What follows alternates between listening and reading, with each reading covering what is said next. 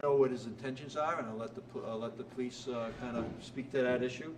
That they may have not had anything to do with the college, and that's just yet to be determined. And I'll let the police kind of answer those questions. But I do know, as a parent, these issues, you know, as they evolve, will become very concerning. And we want to be here today to kind of spell out that at this point in time, things happened. Were responded very well by a combination of the police on campus, CCRI, as well as the local police, the Lincoln police, as well as the state police, in coordination in a quick and effective action. So we're very thankful to the law enforcement and along with the leadership of President Costigan on campus here. So I can't thank law enforcement enough. They continue to respond each and every time that we need this. I'm happy to be here to say that this, you know, there was no incident that you know, that we would be you know, regretful for. And I'll have the Chief of Police from Lincoln fill in some of the blanks locally. Thank you, Chief. Thank you. This afternoon, around 1:30, we got a call through 911 for someone being threatened with a knife on a RIPTA bus. At that point, we had officers respond, coordination with the CCRI police and the state police. We were advised that the person also was in possession of a firearm. The person had entered the school. At some point with the coordination between the three agencies, the person was seen coming out. There were witnesses, at least 4 witnesses. They pointed, that's the gentleman. They went over, they interviewed him. He ended up having what appeared to be a weapon, a firearm, and a knife in a bag. The investigation's still going on. They're doing interviews as we speak. What I will say, the person taken into custody was a 48-year-old male from Woonsocket. Enough, the coordination between the CCRI police, the state police, and the Lincoln police, it went flawless. Great communication.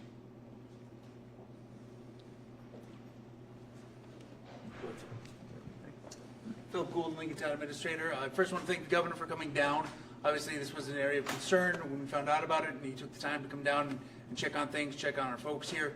But I wanted to speak to the collaboration between the responding agencies.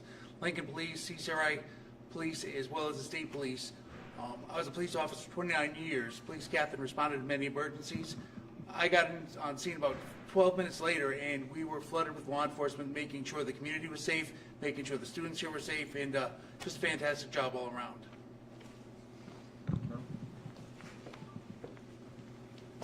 Good afternoon, Colonel Darnell Weaver. Again, this was a collaborative effort. The preliminary facts of the investigation were already outlined by Chief Fleming. The state police received a call for this incident from the Lincoln Police Department. We had patrol troopers respond, as well as troopers from our gaming enforcement unit, and also a member of the Municipal Training Academy who was stationed here also responded. So we had a quick response, and it was a collaborative effort between all the law enforcement agencies. And again, the facts are preliminary, and I'm sure further details will be disseminated when they become available. Thank you. Good afternoon. I'm Rosemary Costigan, Interim President for the Community College of Rhode Island. I'd like to begin by thanking our campus police, Lincoln Police, and the Rhode Island State Police. We practice and we collaborate on these scenarios routinely, and today was evidence that that work actually paid off. There was a quick apprehension of this person, and a full investigation will be underway. I'm eternally grateful that we had no injuries during this event. Thank you, Governor McKee, for your response, and I want to thank all the leadership here today. Truly feel very, very supported, and we look forward to getting back to normal. Thank you. I will.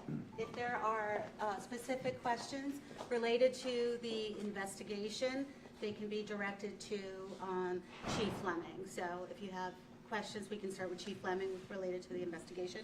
Chief, you want to come back up for a quick second? Sure. But I will say within the next couple hours, I will be sending out a press release with all the facts. I just need my detectives to, and officers to complete all the statements. Chief, Fleming, go ahead.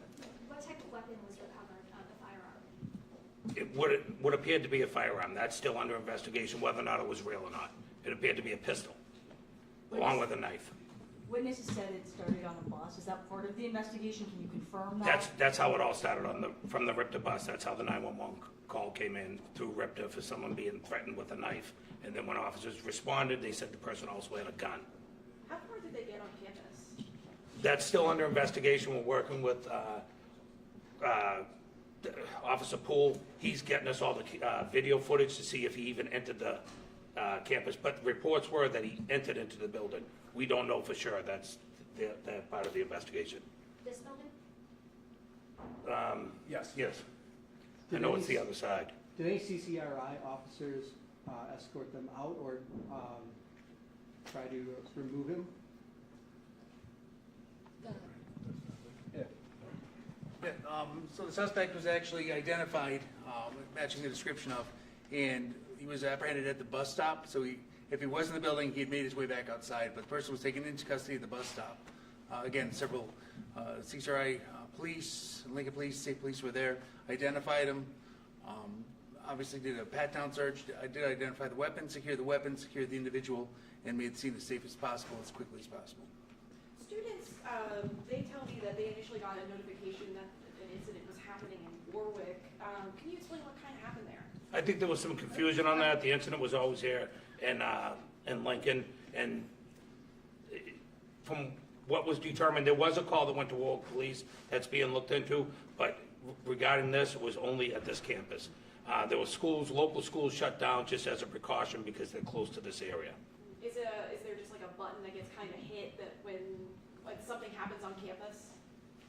It's like Yes, someone's being yes, from the bottom let of me the answer spot? that. Yes, we have an alertus system, and we'll be doing an after-action investigation into the Warwick, but we did actually, according to law enforcement, have some reports from that campus.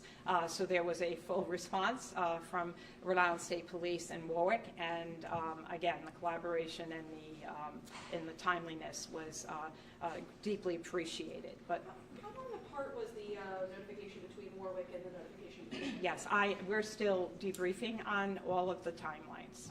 Rosemary, another thing about the alert, one of the alerts said, based on location, decide to run, hide, or fight. Is that the message coming from the campus? So I am going to defer to our campus police because these are messages that are generated from law enforcement.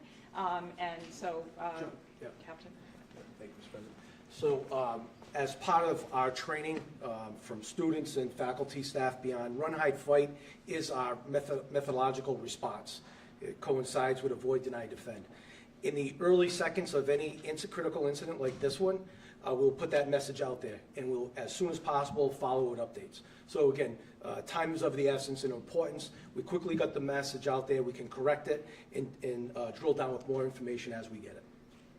Chief, you said it was a 48-year-old man from Woonsocket. Do you have that person's name? I will send that out within the next couple hours. Just trying to complete all the witness statements, but I do want to thank the witnesses from the bus, some of the ones that were victims, but they stayed around. They were able to help identify the suspect along with the RIPTA bus driver and RIPTA security. And we were told this off camera, but I just want to hear it from you. Was this person affiliated with the school at all or a student?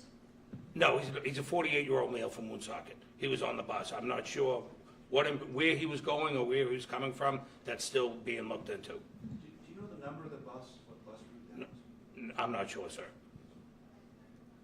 Regarding the emails that were sent out to students, and this is just the email system, but when you get those emails, at the very top it says, beware, this could be a phishing attack at the top of the message, which creates some confusion about the authenticity. Is that something that's going to be looked at? Absolutely. We will be doing an after-action on all elements of this incident today.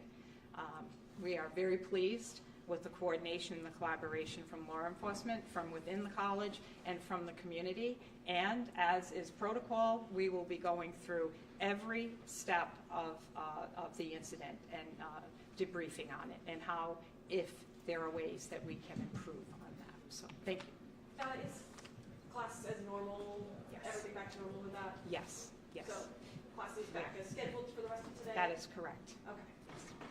Fleming, just one more question Yes. about this. I know you said you're working to figure out if the gun is real. Yes. The knife was. Yes, the knife was real, yes. Chief Fleming, yeah, I know you said you were early in the investigation, but some bus riders had said that a man had confronted the individual on the bus. Is there any? There was a confrontation on the bus, that's all we were told when the call came in, and he threatened them with a knife. And then by the time the officers got here, coordinating with the CCRI police, there was also a gun involved. And that escalated everything. And I do have to say, between CCRI and the state police and ourselves, we will do a tabletop after and go over this, but I do have to thank the CCRI police, because during the summertime, we come up here for several weeks, and every one of my officers is trained on these buildings, what doors to enter, what the facility is, so the coordination was fantastic. Was there any indication as to where this person got on the bus? No. They're interviewing the bus driver, he's one of the witnesses. Hopefully, he'll be able to provide more information. This was a pretty scary scene for students. What's your message to people who might not feel safe coming back here? Yes, Yeah. thank you. Thank you for the question. We have already communicated with our community. It was a very scary incident. And so our message is that we are safe, we have procedures, and we have trained officers as well as our partnerships. And most, if not the majority of our police officers, campus police officers, they were former municipal or state police. So our campuses are safe, and this was a very scary incident. So I am not taking any of that away. But the important thing is that our processes worked and that no one was hurt.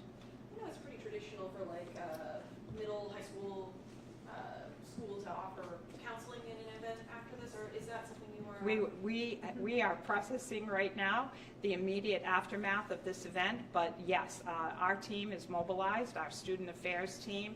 I will be working with them personally, but as you can imagine, there were a lot of communications that were immediate and really in emergency mode, but absolutely, I could see students when I was walking in, and our faculty and staff.